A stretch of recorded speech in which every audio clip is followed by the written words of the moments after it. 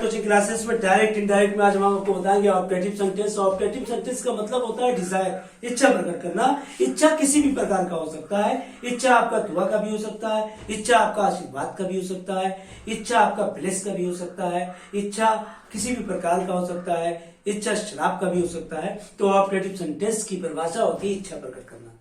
तो optative sentence का जो हम आपको बताने जा रहे हैं, ऑप्टेटिव सेंटेंस में जो डायरेक्ट से इनडायरेक्ट बनाया जाएगा वो बीए फर्स्ट ईयर वालों के लिए भी है, बीए थर्ड ईयर में भी आता है, क्लास 12th में भी है, क्लास 10th में भी है, और यूपी पैटर्न में भी, सीबीएसई पैटर्न में भी, आईएससी पैटर्न में भी, तीनों पैटर्न में ये अच्छी तरह से पाए जाते हैं। तो ये हम आपको बता रहे हैं ऑप्टेटिव सेंटेंस। ऑप्टेटिव सेंटेंस हम आपको बताएंगे डायरेक्ट से इनडायरेक्ट बनाने के नियम।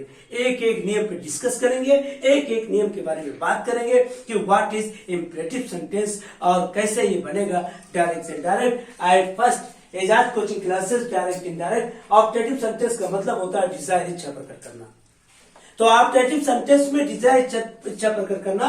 तो ग्रामर ने इसके कुछ वर्ड्स दिए हैं कि ऐसे अगर वर्ड्स आ जाएंगे तो इससे प्रकट होगा। जैसे ग्रामर ने सबसे पहले नियम दिया है, प्रे का दिया है, प्रार्थना करना। आप प्रार्थना करते हो, इच्छा होता है। दूसरा विश, इच्छा करना। तीसरा क्रश, अभिशाप देना। चौथा ब्लेस, आशीर्वाद देना। यानी ये 4 वर्ड्स निकाले गए हैं जो मेन वर्ड्स हैं ऑपरेटिव सेंटेंस के, कि आप आशीर्वाद दे सकते हो, आप इच्छा प्रकट कर सकते हो, आप अभिशाप दे सकते हो।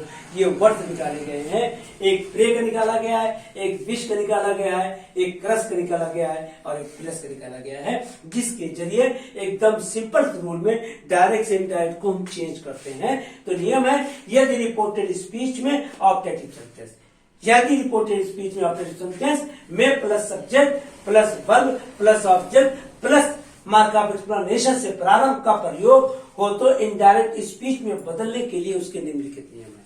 यानी उन्होंने नियम किया कि यदि में plus subject plus verb plus object plus mark of explanation से प्रारंभ होता का प्रयोग है तो इनडायरेक्ट स्पीच में बदलने के से निम्नलिखित नियम है। एक कंडीशन दिया है, एक शर्त दिया है। जेनियल जोस की ग्रामर ने एक शर्त दी है और रेड एंड मार्टिन की ग्रामर ने एक शर्त दी है कि ऑप्टेटिव सेंटेंस में डायरेक्ट से इनडायरेक्ट आप उस समय बदल सकते हो जब वो वाक्य में से प्रारंभ हो, में प्लस सब्जेक्ट हो प्लस में plus subject plus verb plus object plus mark of explanation हो, तो उसके बदलने के माय डियर स्टूडेंट्स निम्नलिखित नियम है।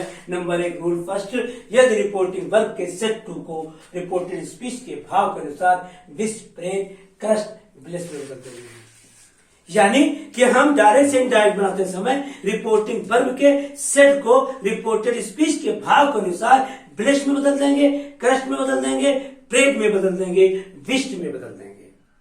पहला नियम है, भाव के अनुसार ही बदलेगा। भाव किसका होगा?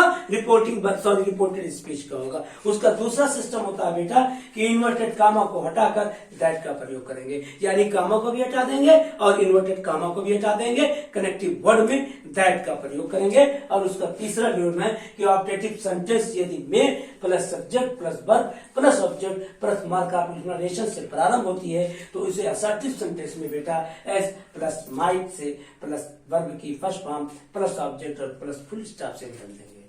आपको हमने रोल्स बता दिया, आपको हमने प्रैक्टिकल दी, हम आपको बोर्ड पे थ्योरी देते हैं। जैसे एक बार हम आपको और बता देते हैं, यदि रिपोर्टिंग वर्ब के सेट को रिपोर्टेड स्पीच के भाव के अनुसार प्रेड, विश, क्रश और माइट में बदल देते हैं और कामा और इन्वर्टेड कामा को हटाकर दैट का प्रयोग करते हैं। हम आपको एग्जांपल देते हैं। Example number first, he said to me may you live long। may से वाक्य प्रारंभ है, you सब्जेक्ट है, verb object mark of explanation का निशान।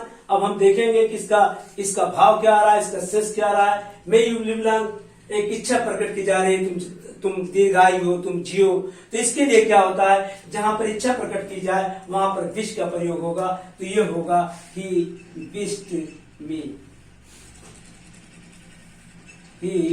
wished me और उसके बाद करेक्टिव वर्ड में दैट का प्रयोग किया जाएगा। किसका प्रयोग किया जाएगा? दैट का प्रयोग कनेक्टिव वर्ड में किया जाता है। तो यहाँ पे हमने दैट लिख दिया।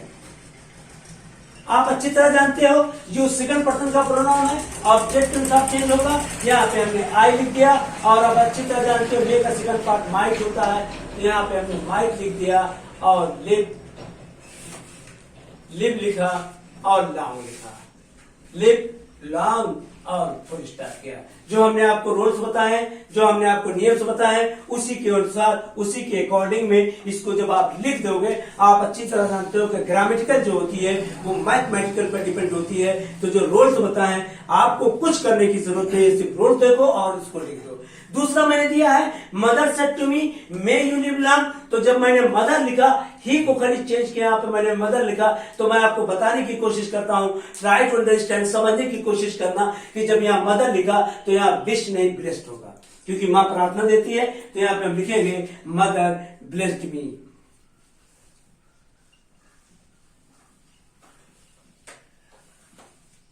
सेकंड पर्सन का प्रोनाउन ऑब्जेक्ट के अनुसार चेंज होता है, तो यहां पे हमने लिखा दैट, दैट लिखा। और जो सेकंड पर्सन का प्रोनाउन है ऑब्जेक्ट अनुसार, तो यहां मैंने लिखा आई, उसके बाद हमने लिखा लिव, आई लिव और फुल स्टॉप का निशान लॉन्ग करते हैं।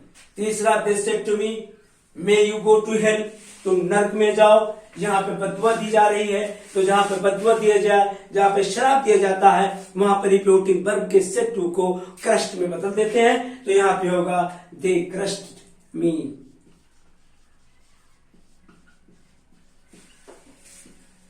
दे क्रस्ट मी सेंटेंस को जोड़ेंगे दैट से जोड़ा।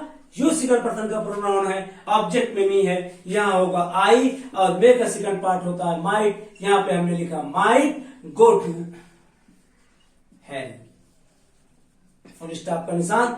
तीसरा the Sant said may God help you.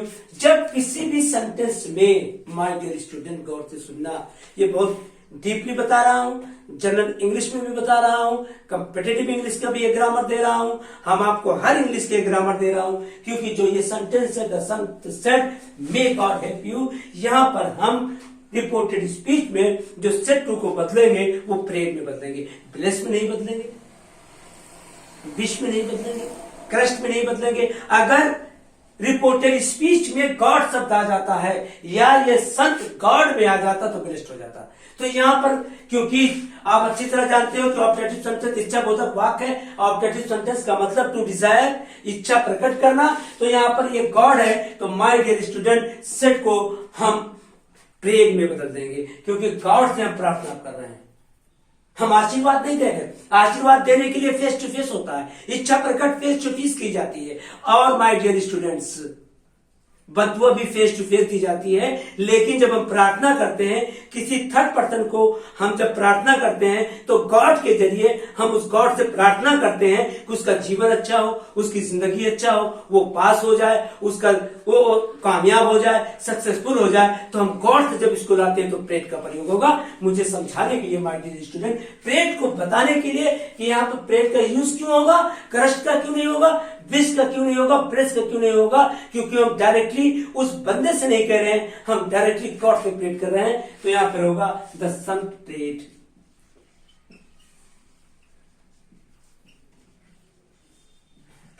फिर दैट का प्रयोग करेंगे माय डियर, और गॉड थर्ड पर्सन का प्रोनाउन है, दैट गॉड माइट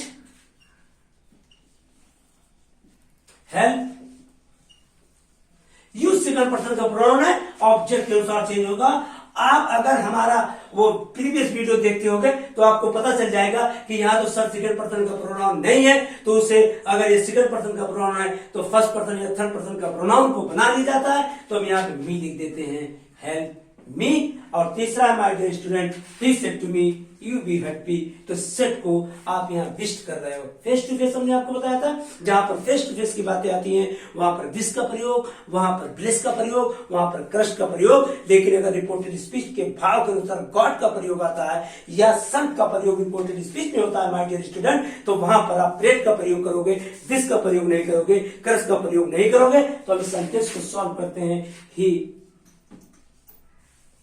wished